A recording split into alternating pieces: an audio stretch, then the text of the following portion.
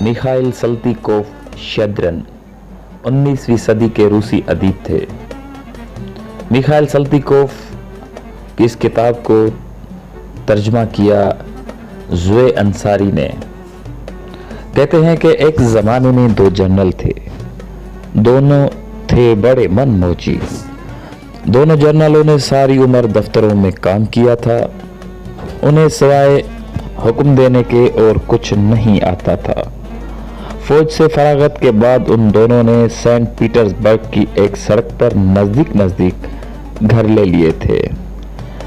अपनी अपनी बावरचंद थी और अपनी अपनी पेंशन।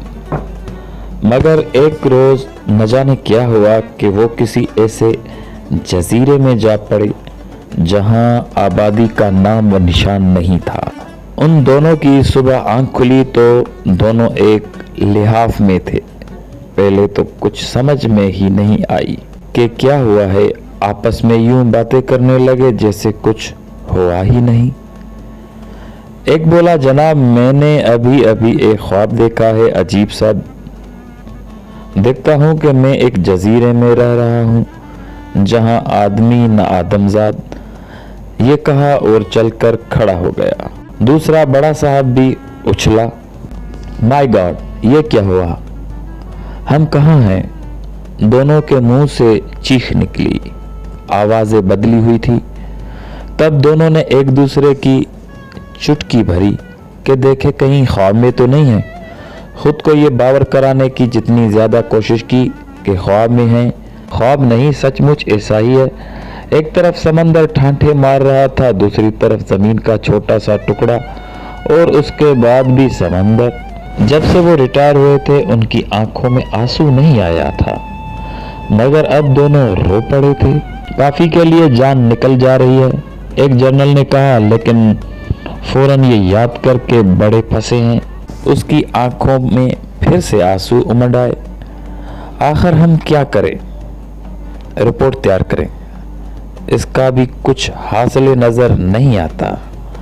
दूसरे ने कहा, छोड़ें ये बातें, आप शुमाल को जाएं, मैं जनूब को जाता हूं। शाम को यहीं मिलेंगे, देखें शायद कुछ काम बन जाए। देर तक दोनों यही तलाश करते रहे कि शुमाल किधर को है, जनूब किधर को है, मगर बेफायदा। फिर उन्हें याद आया कि ट्रेनिंग के दौरान उन्हें सिखाया गया था कि अगर जनूब का मालूम करना हो तो शुमाल जाने मुंह कर लो, तो जनूब पीछे होगा। चुनाचे अब शुमाल को ढूंढना पड़ा। हर तरफ घूमे, फिर सारी उम्र तो दफ्तरों में गुजरी थी, पता ही न चल सका कि किधर को क्या है। यूं करते हैं, आप दाहिने जाएं, मैं बाएं जाऊं, यही ठीक रहेगा, उस जनरल ने कहा जो एक ज़माने में ऑपरेशन चीफ रहा था और ख़ुद को कुछ ज़्यादा समझदार समझता था। जो दाहिने हाथ गया था उसे ऊंचे ऊंचे दरख्त दिखाई दिए जो किस्म किस्म के फलों से लदे हुए थे। बड़ा जी चाह के सेब तोड़ कर चखे, लेकिन सेब इतनी ऊंचाई पर थे कि उन तक रसाई नहीं थी। क्या किया जाए। दरख्त पर चढ़ने की कोशिश की तो सारी कमीज फट गई। आगे बढ़ा तो एक नाला मिला जिसमें वैसी मछलियां तैर रही थी जो उसने मुल्क के सरबराह के तालाब में देखी थी। अगर ऐसी मछलियां मुझे अपने घर मुयस्सर आ जाएं तो मज़ा आ जाता। ये ख्याल आते ही उसके मुंह में पानी भर आया। आखिर में ये जनरल एक जंगल में पहुंचा जहां तीतर बटेर कटकटा रहे थे, खरगोश छलांगे लगा रहे थे। माय गॉड, खाने की चीज़ें तो भरी पड़ी हैं, इसके मुंह से निकला, मगर लगा कि मारे भूख के उल्टी हो जाएगी। अगर एक आधी मछली तीतर या खरगोश मार भी लेते तो काटना पकाना नहीं आता था। फिर आग कहाँ और बर्तन कहाँ, दोनों उसी जगह लौट आए जहाँ से चले थे, मगर भूख थी कि सोने नहीं देती थी। फिर ख्याल आता था कि हमारे पेंशन कौन वसूल करेगा। फिर तीतर बटेर याद करके जी उलटने लगता था। कभी ख्याल तक नहीं आया था कि इंसान की ग़िज़ा उड़ती फिरती है, तैरती जा रही है और दरख्तों पर लदी हुई है। ایک نے اپنے خیالات کا بلند آواز میں اظہار کیا، دوسرا بولا، ہاں ماننا پڑتا ہے، میں تو یہی سمجھتا تھا کہ یہ سب چیزیں تیار شدہ ہوتی ہیں جو ہمیں مل جاتی ہیں کھانے کو۔ یعنی اگر کوئی مثال کے طور پر بٹیر کھانا چاہے تو پہلے اس کا شکار کرنا ہوگا، پھر ذبح کرنا ہوگا، پھر صاف کرنا ہوگا اور پھر بھوننا ہوگا۔ مگر اب یہ سب ہو کیوں کر؟ دونوں خاموش لیٹ گئے۔ بھوک نے نیند کو مار بھگایا تھا۔ آنکھوں کے آگے وہی جنگلی پرندے اور مچھلیاں ناچتے پھر رہے تھے، رسیلے ہلکی آنچ پر سنکے ہوئے سلاد کے ساتھ۔ ایک نے تنگ آ کر کہا، میرا تو جی چاہتا ہے کہ میں اپنے جوتے کھا جاؤں۔ جی ہاں، دستانے بھی اچھے رہتے اگر پہنے ہوتے تو، دوسرے نے سرد آہ بھرتے ہوئے جواب دیا۔ ایک نے تجویز دی کہ بہتر ہے کہ آپس میں باتیں کریں۔ دوسرے نے کہا، اچھا تو بولیے۔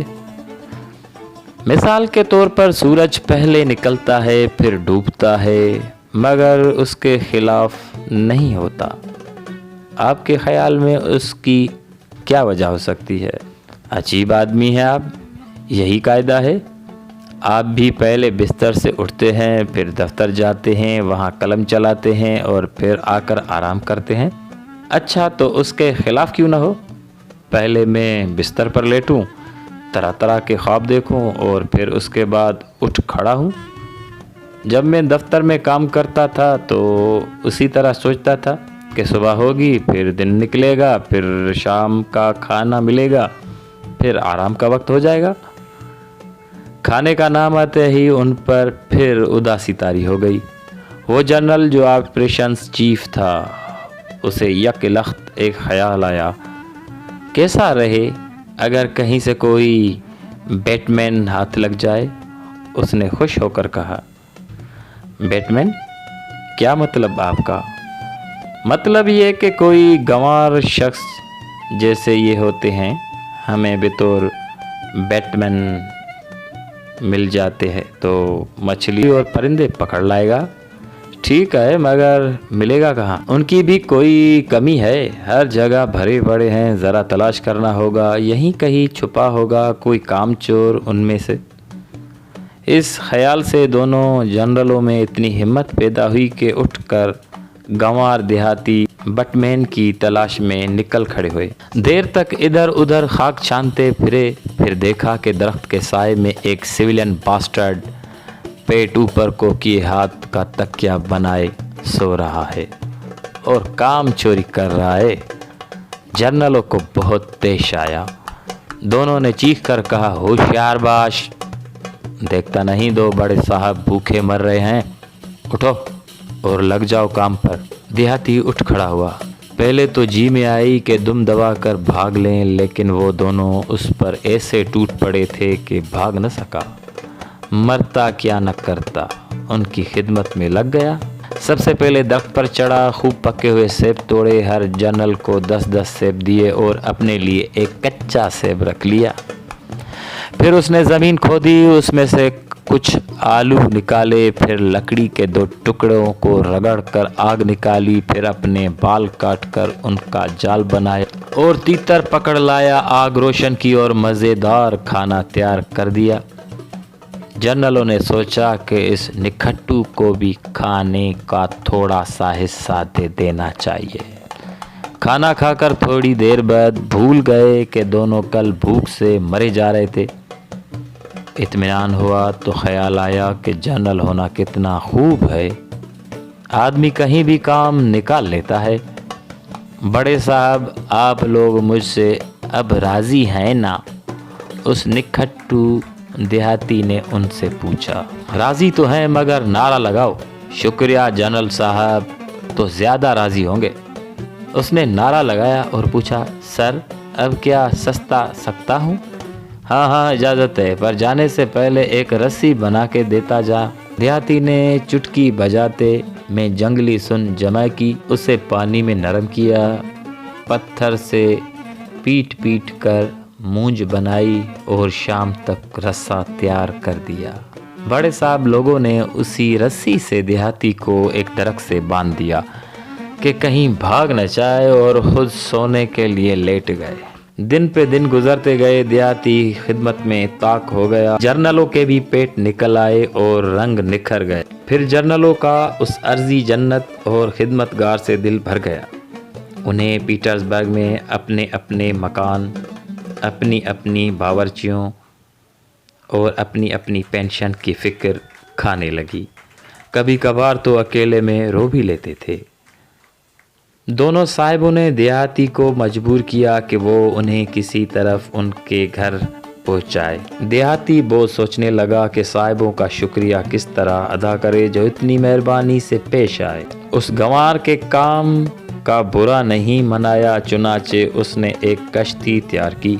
देख बदमाश, कभी डुबो मत देना, जर्नलों ने डांटा। ऐसा कैसे कर सकता हूँ सर?